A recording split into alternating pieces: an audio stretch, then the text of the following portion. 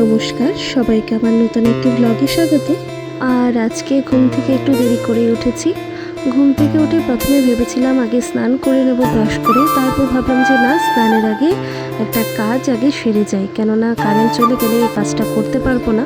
তার জন্য ব্রাশ করে জল খেয়ে আগে চলে গেছি বাথরুমে গিজারের সুইচটা অন করতে। গিজারের থেকে আগে গরম জলটা নামিয়ে তারপর চলে এসেছি ওই যে কাজটা করবো বলেছি সেটা করতে।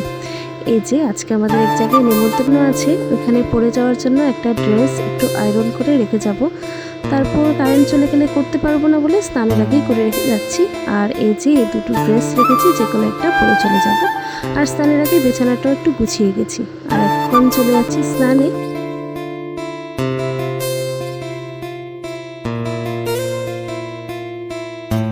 প্রতিদিন স্নানের পর আমার রুটিন হচ্ছে সূর্যদেব আর তুলসী দেবীকে জল অর্পণ করা, তারপর ঠাকুরদেব তুলসী নিবেদন করা, গুরুকে তুলসী নিবেদন করা।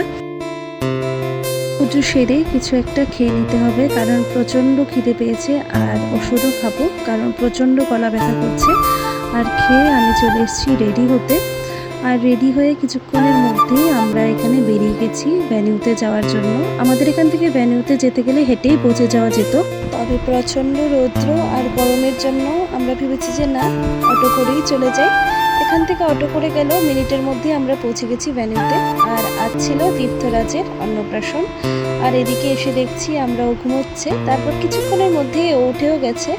আর উঠে যাওয়ার পর আমরা সবাই মিলে ফটো তুলে তারপর চলে গেছি খাওয়ার জন্য। আর এখানে আমরা বসে পড়েছি খেতে।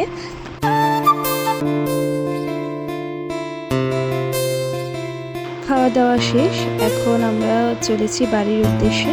বাড়িতে এসে একটু ফ্রেশ হয়ে সন্ধ্যাটা দিয়ে দিয়েছি, তারপর এক কাপ কফি করে খেতে খেতে আজকের ব্লগটা এখানেই শেষ করছি। দেখা হচ্ছে পরবর্তী একটা ব্লগে। ততক্ষণের জন্য সবাই খুব খুব ভালো থাকবেন, সুস্থ থাকবেন।